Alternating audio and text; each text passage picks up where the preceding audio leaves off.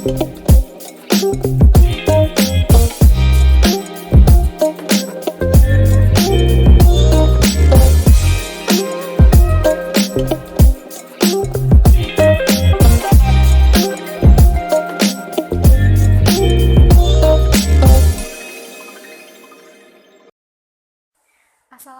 warahmatullahi wabarakatuh. Saya Iska Safitri dan NPM 10060631140 dari program studi farmasi Fakultas Matematika dan Ilmu Pengetahuan Alam Universitas Islam Bandung. Di sini saya akan memaparkan hasil penelitian saya yang berjudul Studi Literatur Aktivitas Antibiokemik Beberapa Tanaman dari Familiarisasi secara in vivo.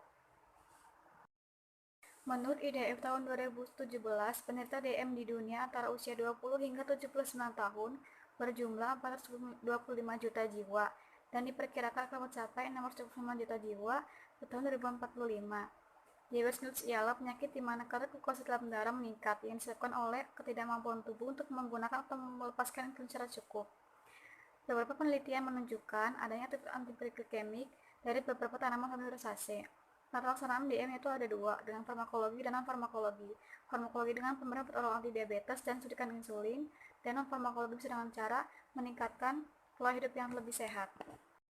Tujuan dari penelitian ini yaitu untuk mengetahui aktivitas antibiokemik beberapa tanaman dari famili Rosaceae dan mengetahui golongan senyawa apa saja yang terkandung dalam tanaman tersebut.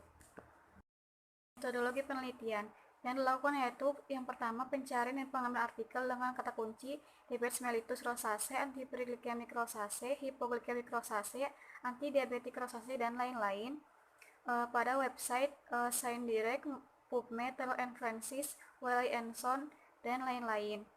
Dan didapatkan artikel sejumlah 57 artikel. Kemudian dilakukan penyaringan artikel dan diperoleh 10 artikel yang memenuhi kriteria inklusi.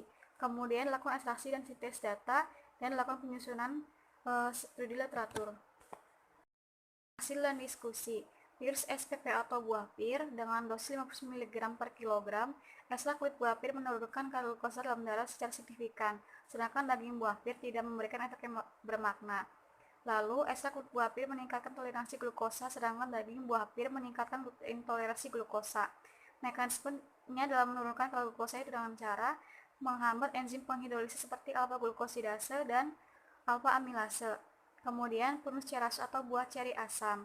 Dengan dosis 300 mg per kilogram, PPC menurunkan kadar glukosa darah 54,8%, sedangkan SPC menurunkan kadar glukosa darah 51,5% pada diabetes kronis, dan PPC menurunkan kadar glukosa dalam darah 70,8%, sedangkan SPC menurunkan kadar glukosa darah 0,1% pada diabetes akut. Mekanismenya dalam menurunkan kadar glukosa darah itu dengan cara menghambat enzim alfa-glukosidase dan alfa-amilase. Yang terakhir, potentilla chinensis atau China cinquefoil dengan dosis 0,4, 0,8, 1,6 dapat menurunkan kadar glukosa darah, dan pada induksi streptococcus dosis 1,2, 0,3 selama 10 hari dapat menurunkan kadar glukosa darah secara signifikan. Mekanisme itu dengan cara menghambat pencernaan karbohidrat dan penyerapan glukosa di saluran cerna.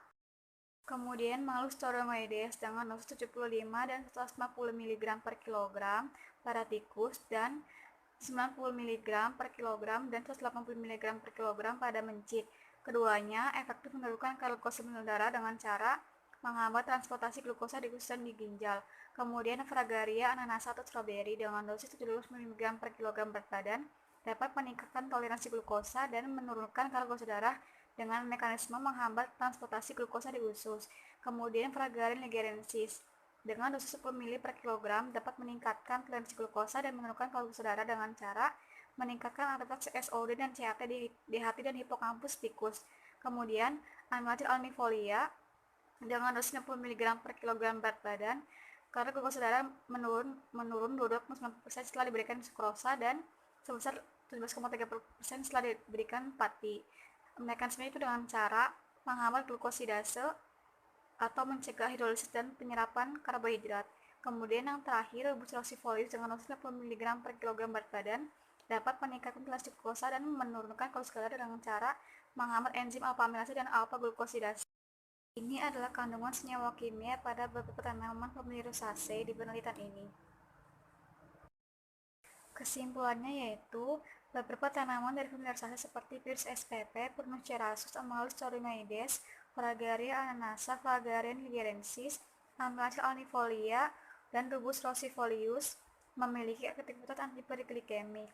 Beberapa kandung senyawanya yaitu flavonoid, fenolpropanoid, triterpenoid, asam ferulat, asam vanilat, triacylglycerol, dan asam lemak. Sekian presentasi dari saya. Terima kasih. Wassalamualaikum warahmatullahi wabarakatuh.